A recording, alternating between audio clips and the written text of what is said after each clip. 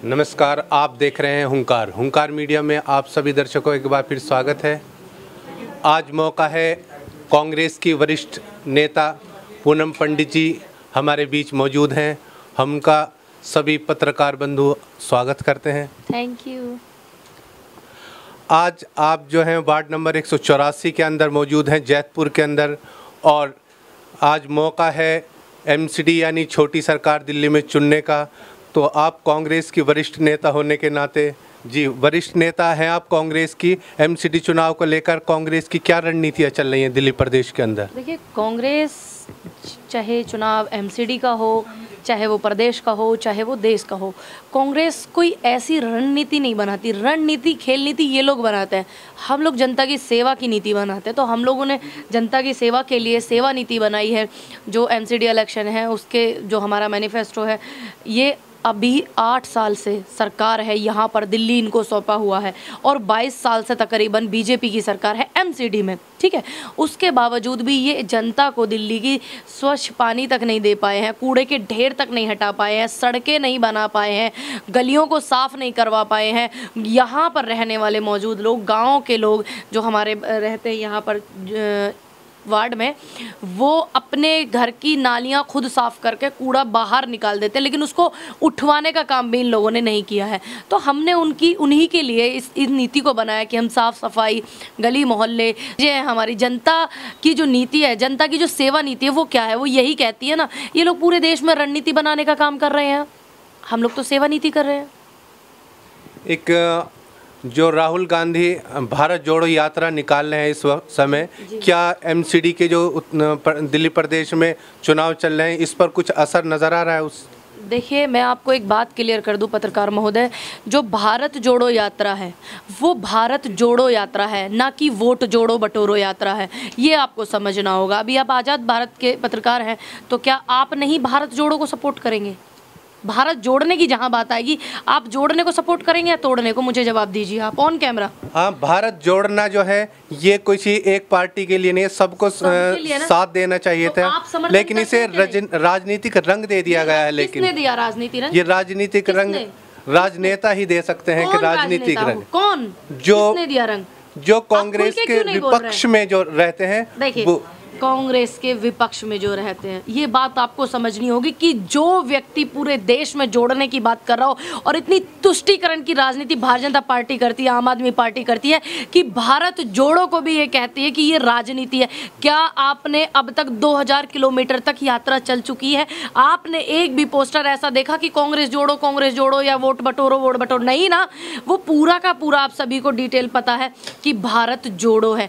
मुझे नहीं लगता कि जो देश के हित में व्यक्ति होगा, जो इस देश का भला चाहेगा, क्या वो व्यक्ति ये कहेगा कि भारत को मत जोड़ो? क्या आप ये चाहते हैं कि भारत जोड़ो, या आप ये चाहते हैं कि भारत तोड़ो? आप अपना मुझे वक्तव्य बताइएगा पत्रकार महोदय, पत्रकारिता से अलग हट करके। नहीं, जिस तरह से 2024 से पहले एक सवाल पूछा है, क्या आप भारत जोड़ो के समर्थन में या तोड़ोगे? भारत जोड़ो के समर्थन में हर भारतीय को खड़ा होना होगा ना? अगर वो 2024 को नजर में रखते हुए भारत जोड़ो यात्रा कर रहे हैं, तो किस तरह से अनुचित, कैसे आपको लग रहा इसे अनुचित ठहराया आपको लग रहा होगा? क्यों देश में कितनी ज्यादा इन्होंने धर्मवाद, जातवाद, ये सब चीजें इन्होंने फैलाई।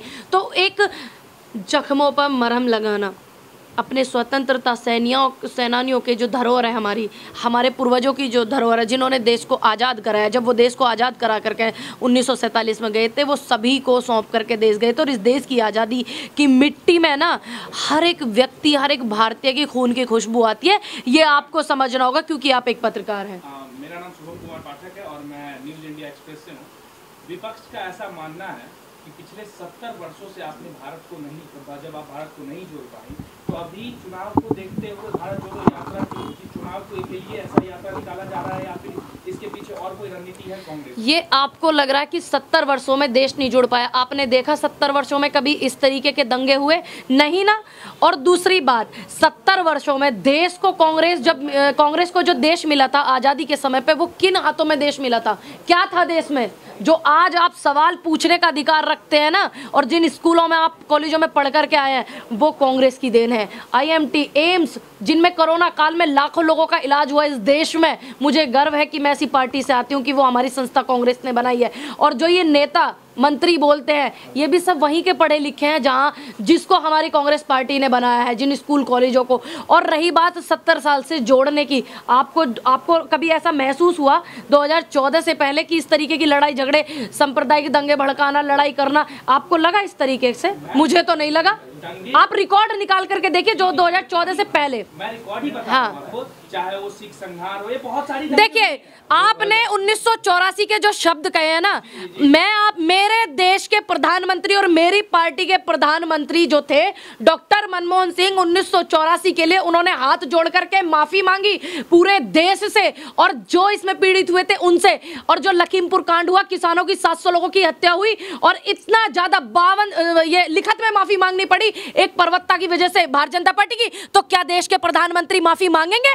मेरे प्रधानमंत्री ने मांगी, मेरी पार्टी के प्रधानमंत्री जी ने मांगी 1984 की, जो आपने भी मुझसे सवाल पूछा है। क्या मांगेंगे? बिल्कुल मांगेंगे। कब मांगेंगे? कब? पुष्टि तो मैंने क्यों नहीं? क्यों? आप एक पत्रकार हैं, मैंने आपको सवाल का जवाब दिया। जिस तरीके से आप जनता के सवाल मुझे दे रहे हैं, उसी तरीके से आप मेरा सवाल भी आप लीजिए और दुनिया से पूछिए। मैडम, प्रश्न करने का मेरा भी काम, मेरा भी है भाई, को होता है।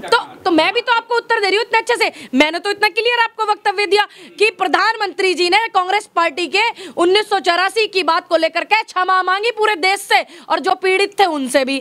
तो क्या किसानों से माफी मांगेंगे नरेंद्र मोदी? आपका ये चीजें जो हो सकती है वो ये हमारे नेता ही कर सकते हैं। अगर हाँ गलती होती है ना तो वो गलती को मानते हैं, इनकी तरह अहंकार में नहीं जीते। मेरा दूसरा प्रश्न जी, आखिर आप एक से संतुष्ट हैं कि नहीं? जी बिल्कुल, जी थैंक यू। संतुष्टि। आपने प्रश्न का उत्तर नहीं दिया, बोला कि क्यों? मैंने तो दिया, मैंने तो दिया।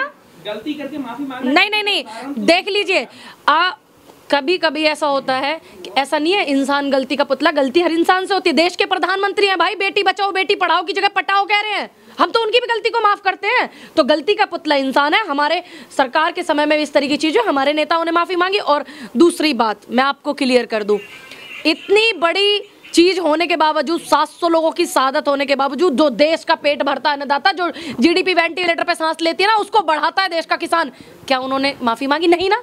तो मुझे उम्मीद है कि आप मेरे जवाब से संतुष्ट होंगे। बिल्कुल संतुष्ट है। दूसरा प्रश्न मेरा ये है कि आपकी इतने स्ट्रॉन्ग मोटिव होने के बावजूद कांग्रेस इतनी पिछड़ती हुई क्यों नजर आ रही है? ये आपको आ रही है। जब 1984 के 83-84, आप मेरी भी बात सुन लीजिए। जब हम बात करेंगे तो पूरी करेंगे, कान पकड़ूंगी ना तो कस के सीधा पकड़ूंगी, घुमाऊंगी नहीं, ध्यान रखना भाई जी। 1984-83 के आसपास में आज हमारी सरकार भी है राज्यों में, 2 राज्यों में सरकार भी है। सुन लीजिए, मेरी पूरी बात सुन लीजिए। 2 राज्यों में हमारी सरकार भी है, राजस्थान में, छत्तीसगढ़ में पूर्ण बहुमत से, और गठबंधन से भी अदर राज्य में हमारी सरकार है, बिहार में भी गठबंधन से। लेकिन जिस समय 1984 में 2 सीट भारतीय जनता पार्टी की पूरे देश में ही होती थी ना, हम तब ये चीजें नहीं बोलते थे, क्योंकि ये हमारी संस्कृति स्वाभिमान नहीं कहता, क्योंकि विपक्ष का मजबूत होना बहुत जरूरी है। हम ये समझते थे, हर एक कांग्रेसी ये समझता था कि विपक्ष मजबूत रहेगा तो जनता की आवाज उठाएगा। ये तो विपक्ष को खत्म करना चाहते हैं। और आप कैसे कह रहे हैं कि आप कांग्रेस मजबूत नहीं है, कांग्रेस कमजोर है? जब एक देश में बलात्कार होता है रात के अंधेरे में 2 बजे, इस लोकतंत्र देश में बेटी को जलाया जाता है, जिस बेटी का बलात्कार हो जाता है, मनीषा बाल्मीकि जैसी बेटी को अस्पताल में नहीं लाया जाता, एक नेता को खांसी आ जाती है तो पूरा स्टाफ लग जाता है। इसके बावजूद भी लखीमपुर, औरैया, उन्नाव, तमाम ऐसी जगह, ऐसी चीज, बेटियों के लिए आवाज उठाने के लिए कौन है भाई? कांग्रेस। तो आपके कहने का मतलब कांग्रेस है। आप क्यों कह रहे हैं कि नहीं है? तो सदा विपक्ष में ही रहना चाहिए। क्यों रहना चाहेंगे भाई? विपक्ष में लड़ रहे हैं ना मजबूती से। जनता हमेशा परिवर्तन चाहती है। 2014 से पहले सरकार थी कांग्रेस की, उसके बाद में जनता ने बदलाव चाहा, भारतीय जनता पार्टी है, अब जनता फिर से बदल रही है, फिर से बदलाव चाहती है। तो बदलाव ये समय के आधार पर ये परिवर्तन होना तय है। भ्रमित आप भी हुए थे, मैं भी हुई थी, मैं खुले मंच पे बोल रही हूँ। 2019 में मैंने नरेंद्र मोदी जी को वोट किया था, भारतीय जनता पार्टी को मैंने वोट किया था। किस लिए? हमें लग रहा था भाई बदलाव आएगा, 2 करोड़ रोजगार मिलेंगे हर साल, है ना, 8 दूनी 16 करोड़ हो गए हैं वो। हमने सोचा अच्छी शिक्षा मिलेगी, हमने सोचा स्पोर्ट्स अथॉरिटी ऑफ इंडिया को और मजबूत बनाएंगे, और जो हमारे कोचेज हैं उनको मजबूत बनाएंगे, क्योंकि स्पोर्ट्स बैकग्राउंड से आती हूँ। और मैंने सोचा हमारे जो युवा हैं उनको रोजगार मिलेगा और किसानों की आय डबल होगी। तो इस भ्रमित में हम भी आ गए, हमने भी वोट दिया। अब इस बात पे मेरे पे कोई फांसी लगती हो, मुकदमा लगता तो तू लगवा ली भाई। भाई मेरी इसमें गलती थोड़ी है कि हमने भी परिवर्तन चाहा था। तो कहीं ना कहीं आपका भी यही मानना है कि पिछले 70 या 80 वर्षों में देश में ये सब कार्य नहीं हुए हैं? 70 साल से देश में कांग्रेस ने ऐसा सींचा है जो आज सुविधाएं है ना, जिनके आप सुख भोग रहे हैं ना, और जो देश को आजाद कराया, क्या आप चाहते थे अंग्रेजों की गुलामी करना? नहीं ना। किस पार्टी ने आजाद कराया? सभी की विचारधारा, पंडित कांग्रेस तो नहीं बोलने वाली। सुन लीजिए, सभी की सुन लीजिए। क्यों कांग्रेस के लीडर नहीं थे क्या? क्यों थे फिर? पूरे देश की कांग्रेस एक सिर्फ महज पार्टी नहीं है, कांग्रेस एक विचारधारा है। शहीद आजम भगत सिंह, चंद्रशेखर आजाद, मंगल पांडे, नेहरू जी, महात्मा गांधी, अहिल्याबाई होलकर, अशफाक उल्लाह खान, गनी गफ्फार जैसे हमारे नेता जो हैं, इन सब की विचारधारा है कांग्रेस, सिर्फ महज एक पार्टी नहीं है। बात से मैं भी सहमत हूं मैम, हाँ। लेकिन आपने बोला कि आपने बदलाव की लालसा में बीजेपी को बिल्कुल। तो आपका क्या कारण था बीजेपी को वोट देने का? मैंने तो प्रधानमंत्री जी जो है, मैंने उनका भाषण सुना भाई। मैंने कहा भाई अब तो 2 करोड़ रोजगार देने की बात कर रहे हैं, तो चलिए हमें फिर से जो है आ जाते हैं इनके चक्कर में। चलो हो सकता है एक बार सत्ता दे देते हैं तो थोड़ा टाइम लगता है। 2 करोड़ रोजगार देने की बात करी, किसानों की आय दुगनी करने की बात करी उन्होंने, है ना। सड़कें, कॉलेज ये बनाएंगे, वो बनाएंगे, बेटियों को फ्री शिक्षा करेंगे, बेटियों पे इतना अच्छा काम करेंगे, जो बेटियों के बलात्कार नहीं होंगे, जिनके बलात्कार बेटियों के हो जाएंगे उनके लिए खड़े रहेंगे, कानूनी कार्रवाई की जाएगी। हमने इसलिए दी भाई जी वोट।